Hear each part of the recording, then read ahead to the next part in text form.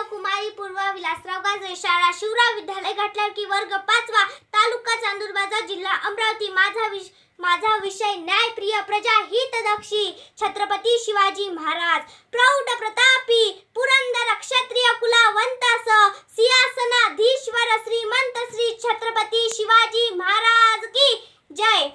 देखो मुल्क मराठों का या शिवाजी डोला था, मुगलों की ताकत को जिसने तलवारों पे तोला था. वयाच्या 16व्या वर्षी हातात न तोलणारी तलवार घेऊन सह्याद्रीच्या दऱ्या खोऱ्यातून कट्या कपारीतून महाराष्ट्राला अस्मिता प्राप्त करून देणारा एक राजा.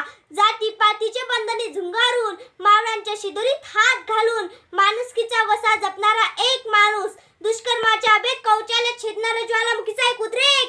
गरीब जनतेच्या उघड्या अंगावर मायेचं छत्र धरणारा असा एकमेव छत्रपती. देशातील रयत रयतेतील माणसं त्या माणसाची मन त्या अतुलनीय युक्तीनं, पराक्रमी शक्तीनं आणि स्वराज्यावरील निस्सीम भक्तीनं स्वराज्य घडविले. त्या यशवंत, कीर्तिवंत, वरदवंत, पुण्यवंत, सामर्थ्यवंत रयतेचा जाणता राजा छत्रपती शिवाजी महाराज यांना माझा मानाचा मुजरा करते. शेतकऱ्यांच्या मुलाच्या हातात तलवारी देऊन शेतकऱ्यांना देशासाठी लढणारा पहिला सैनिक बनवलं. महाराज धार्मिक होते पण धर्मबुडे नव्हते. श्रद्धाळू होते पण अंधश्रद्धाळू नव्हते. व्यावहारिक होते पण व्यवहार शून्य नव्हते. महाराज कठोर होते पण क्रूर नव्हते. महाराजांनी इतिहासाला आव्हान केलंय, मी शत्रूशी शत्रू समजून वागलो, मित्राला दगा दिला असं एखादं उदाहरण दाखवा. 10 नोव्हेंबर 1659 ला प्रतापगडाच्या पायथ्याशी ज्यावेळी महाराजांनी अफजल खानाचा कोतडा बाहेर काढला, ती वाघनख बनवून देणारा मुसलमान होता. शिवरायांच्या 21 अंगरक्षकांपैकी 13 बॉडीगार्ड हे जातीनं मुसलमान होते. शिवरायांचा तोफखाना प्रमुख दरिया सारंग, शिवरायांचा पहिला फोटो काढणारा मीर मोहम्मद, शिवरायांचा आरमार प्रमुख सिद्दी इब्राहिम, शिवरायांचा सरनौबत नूर खान बेग, शिवरायांचे वकील काजी हैदर, शिवरायांना अफजल खान आल्याची पहिली खबर देणारा मुक्तमे जमात, शिवरायांना वाघनखे बनवून देणारा रुस्तमे जमात, हे सर्व जातीनं मुसलमान होते. श्रोते हो, तानाजी मालुसरे, साजी कांका, फिरोजी इंदरकर, प्रतापराव गुजर, हंबीरराव मोहिते, शिवाजी इंगळे, मानकोजी दहातोंडे, कान्होजी जेते, सूर्याजी काकडे, मुरारबाजी देशपांडे, जीवा म्हाला, शिवा काशीर, बहिर्जी नाईक, कोंडाजी फरदर, मोरोपंत पिंगळे, बाजीप्रभू देशपांडे असे जीवाला जीव देणारे मावळे महाराजांनी विदेशातून मागवले नव्हते. त्यासाठी कोण्या वर्तमानपत्रात जाहिरात दिली नव्हती. माणसं शोधण्याची त्यांची गुणवत्ता पाहण्याची अजब दृष्टी माझ्या राजाकडे होती. इतिहासातला पहिला काळ म्हणजे शिवकाळ. इथे माणसं जगण्यासाठी नाही तर एका पायावर मरण्यासाठी तयार झाली, म्हणून रयतेचे राज्य निर्माण झाले. बाजीप्रभू देशपांडे यांच्या बद्दल बोलायचं झालं तर शब्दच पुरे पडतात. महाराज विशाळगडावर पोहोचेपर्यंत पावनखिंडीत बाजीप्रभूची अर्धी मान तुटली, पण दोन्ही हात तलवारी चालवत त्यांनी 300 मोगल कापले होते. महाराज विशाळगडावर पोहोचेपर्यंत तोफेचा आवाज येईपर्यंत बाजीप्रभू लढतच राहिले.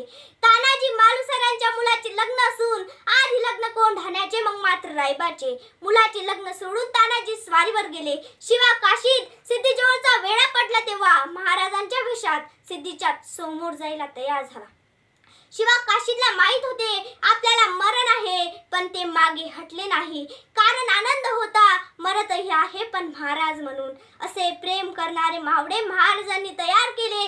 कोणताही जातीभेद धर्मभेद न करता ज्यांनी स्वराज्यासाठी रक्त सांडवलं. महाराजांनी त्यांच्या परिवारांना कधी एकटं सोडलं नाही. त्यांना जहागिरी दान केल्या. आजचे काही नेते कार्यकर्त्यांना वाऱ्यावर सोडतात, नातेवाईकांना शासकीय नोकरीवर लावून देतात. ही सर्वात मोठी शोकांतिका आहे. महाराजांनी आपल्या मावळ्यांची कला कौशल्य पाहून आपल्या मावळ्यांना रयतेला न्याय दिला, म्हणून रयतेचे राज्य निर्माण झाले. आज नेते तुपाशी आणि शेतकरी जनता उपाशी मरत आहे. शिवकाळात बऱ्याच वेळा कोरडा दुष्काळ, ओला दुष्काळ पडला. पोटच्या गोळ्याचे मांस खावे अशी परिस्थिती निर्माण झाली, पण त्या काळी कोण्या शेतकऱ्यांनी आत्महत्या केल्याची कोणत्याही इतिहासात नोंद नाही. कारण शिवरायांचे शेतीविषयक धोरण अतिशय चांगले होते आणि शेतकऱ्यांना बिनव्याजी कर्ज देणारी बँक मासाहेब जिजाऊंनी खोदली होती.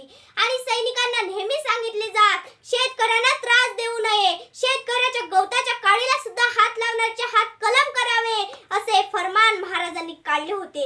महाराजांच्या चारित्र्याचा आणखी एक पैलू म्हणजे त्यांचे चरित्र धुतल्या तांदूळासारखे स्वच्छ होते. त्यांच्या ठाई कमालीची नैतिकता होती. परव्या नारी रखुमाई समान हा तुकोबांचा नैतिक मंत्र महाराजांनी आयुष्यभर जपला. म्हणूनच सुरतेतून लूट म्हणून आणलेल्या सुभेदाराच्या सुनेला आई समान वागणूक दिली. तिची वटी भरून तिला सन्मानाने परत पाठविलं. आज गायींना वाचवा, बाईंना नाचवा अशा प्रकारचं वातावरण देशात तयार झालं. आम्ही नेहमी म्हणतो राजे पुन्हा जन्माला या, पण जिजाऊच गर्भातल्या गर्भात मारली चालली तर राजे कसे जन्माला येणार? कशी उमलतील अशी फुले अशा कळ्या तोडल्यावर? सांगा कसे दिवे लागणार अशा पंत्या मोडल्यावर? आणि कसे रयतेचे राज्य या देशावर? म्हणून 18 पगड जातीतील दैवत म्हणजे माझे छत्रपती शिवाजी महाराज. छत्रपती शिवाजी महाराज हे जगाच्या इतिहासात न्यायप्रिय प्रजा हितदक्षी सिद्ध झाले, ज्यांचे धडे आज विदेशात अभ्यासक्रमाला आहेत. म्हणून मी अशा या न्यायप्रिय प्रजा हितदक्षी छत्रपती शिवाजी महाराजांना त्रिवार वंदन करते आणि माझ्या भाषणाला इथेच पूर्णविराम देते. जय भवानी, जय शिवाजी. धन्यवाद.